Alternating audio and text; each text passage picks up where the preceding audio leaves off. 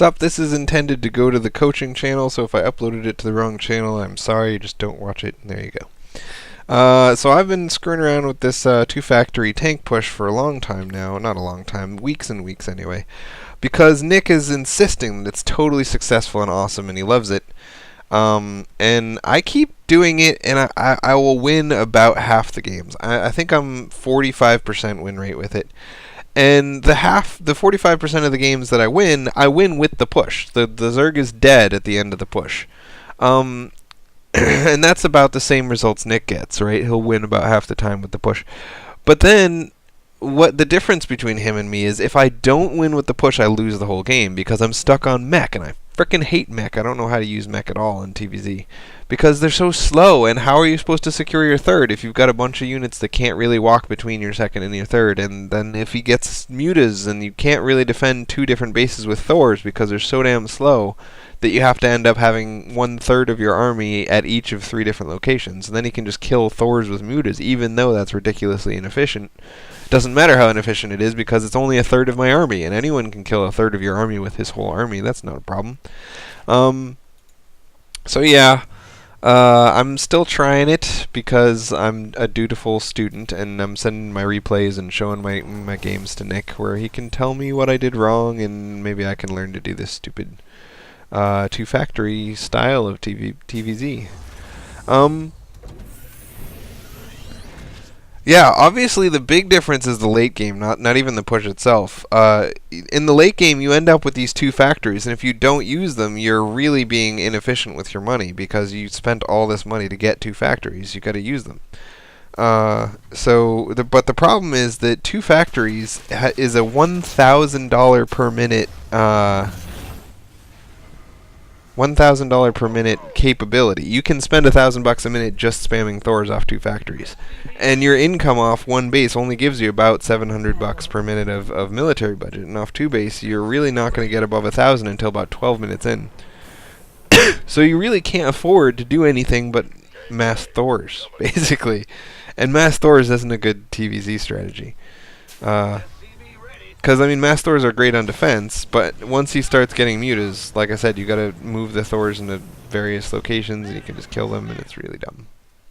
So anyway, the first part, the push part, this part, I am totally comfortable with, right? You get really factories as early as you possibly can by taking your gas extremely early, your second gas extremely early, and then you just pump out a couple tanks, and whenever you don't have enough gas for a tank, you get Hellions, and you throw all your stuff over here, and you kill them. And so, because the walk across the field is about 45 seconds and the production time of a tank is about 45 seconds, 1.5 minutes before 10 minutes, you want to stop producing tanks altogether. So that means 8.5 minutes. So you try to get here around 7.5 to 8 minutes, and then go in and do whatever damage you can. And then you got to stop with the push at 8.5 minutes. But that's so short. That's like...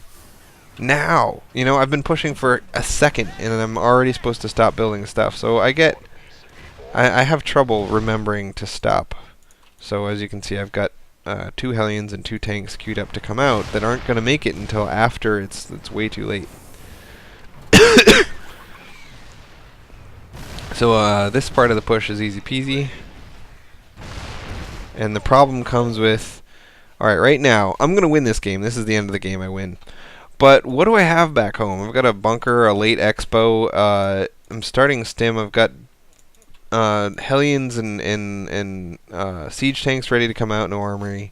Like, if I didn't win this fight right here, I would lose the game. It's just, it pisses me off. It takes practice, I guess. I don't know. So yeah, usually the push puts me ahead. Usually I'm ahead for the first 15 minutes of the game.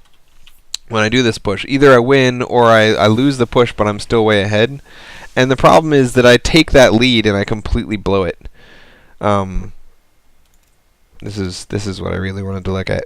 Completely blow it after about 12 minutes. You know, so you get this big lead, and then you're just like, but I'm stuck on factory units. I don't know what to do with factory units. And then you just kind of die slowly and horribly. And when I've watched Nick's games during this push, he's always transitions into M and tank. But how do you get the money to make Marines and Marauders and upgrade them when you have 2 factories that you need to keep pumping out of? It's ridiculous. I don't know. I'll have to watch one of his games after I watch this one. So same general idea. You take the second gas so early that it allows you to get 2 factories pretty quick. You get out your 2 Hellions as fast as possible, mostly just to figure out where your opponent is, but also to keep an eye on his creep spread and make sure it doesn't get too creep spreadicusing. And then here you go, you rally all your crap, get there about 7.5 minutes with 3 tanks and a bunch of Hellions, 4 Hellions it's going to be. Some SCVs to auto-repair, and then here comes the push. So as always, this push, it's going to go quite well, because right now the Zerg is frantically trying to get an army bigger than 0. So he's spent the $1,000 that he's capable of spending. And it's not until after the next creep inject wave that he's going to have a reasonable army size. So you get to do a bunch of damage until the next creep inject pops. Right now, he's going to start eggs that are going to put him ahead. So damage done, I'm ahead. I've done 200 extra damage. So good. The push did what it's supposed to do. It put me a little bit ahead. Now it's 9 minutes. I got to stop making units back home, but I haven't. I'm still making units back home. I'm still watching the push, and I got to stop pushing in general. Done the damage that you can, now run away. Come on, run away. See, and this is the problem. Like, run away. Pfft, I'm kicking butt. Why would I run away? Plus, if I do run away, then I'm stuck on mech. You know? His income isn't really cripplingly low at this point. We've got equal incomes, actually. I'm only ahead by 100. So here comes the Banelings, which I saw, and I'm not really afraid of Banelings, because blowing up Banelings against tanks is pretty darn inefficient. Run away with the SCVs. The only soft thing that the Banelings can blow up on are SCVs and Marines, so as long as I run those away. Now he blew up all that crap, $3,200 lost. I came out way ahead. Great. Push is going very well, very well. But as you can see from the timer and the fact that this replay is named Lost with Stupid Terran Mech, being pretty far ahead right now doesn't mean that the game is easy. So this is the problem right here. You have to eventually transition into Thors, but Thors take a full minute to build. So then you end up with about 1 minute and 40 seconds where you have no reinforcements coming. So eventually your push just isn't very strong. Plus Thors aren't very good against big piles of mutas, because it only takes, I think, 4 mutas to kill a Thor. I mean, come on.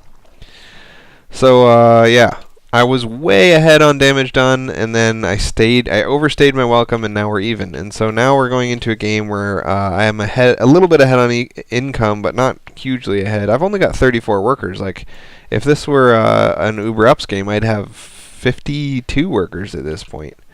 So, you know, maybe the problem is just that I'm paying so much attention to the push that I'm not making enough workers. At 12 minutes to have 35 workers is pretty sad. So then this Thor is over here, and I'm like, I'm baiting you into fighting my Thor. And the Thor himself, a Thor needs to get 12 Ling kills to pay for himself, and he got 8. But these Hellions also got no kills. That's cool. No kills. It's good to get no kills. So that didn't really pay for itself. This one, however, come on, get 12 kills. I dare ya. 10 kills, he also didn't pay for himself. So now I'm $800 behind. And I'm still ahead on income, but not by very much. And I've got a bunch of workers being like, I'm going to stand here in the middle of the field and be like, blah, blah, blah, blah. No stim, no infantry upgrades, just continually pumping Hellions and Thors, throwing down some more infrastructure.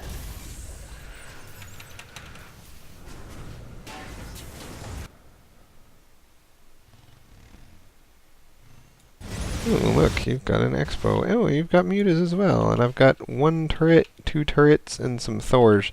This is the thing. If mutas catch you out of position and you have a bunch of stimmable Marines, you get there in a couple of seconds and the mutas do almost no damage. And you're like, whatever, it didn't hurt me none. But when you're relying on Thors, squish, squish, squish. So even though we've both spent about the same amount of money on our armies, and I have more workers and mules.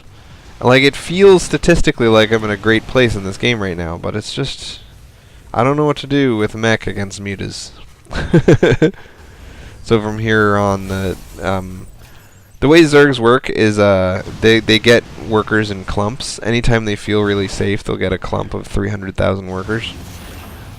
So these mutas are making him feel really damn safe. And I never really recover from this muta cloud situation. See, if I had 2-2... Actually, at 18 minutes, I would have 3-3 Marines and medevacs. These mutas would be no problem. I'd just walk across the field and end the game, because his total ground army size is 0. And mutas can't fight against 3-3 Marines. But with mech, I just don't know. I don't know how to play it. Anyway, that's the end of me not knowing how to play mech. Actually, I should watch one of Nick's games. Come on, Nicky! Let's watch one of your games, baby! Actually, I'll watch that in a different video so that I can upload it if it turns out really cool.